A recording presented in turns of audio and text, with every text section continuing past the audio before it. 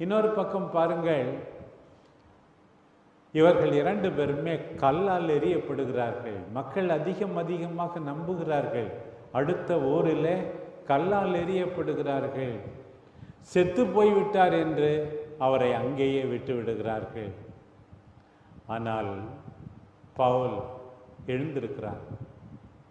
அழைப்பு வாழ்வு இப்படித்தான்.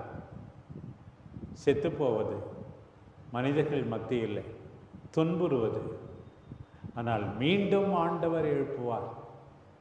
பாருங்கள், இன்றைய முதல் வாசகத்தில் மீண்டும் கேட்கிறோம். திருப்பி வருகிறார்கள். என்ன செய்கிறார்கள்?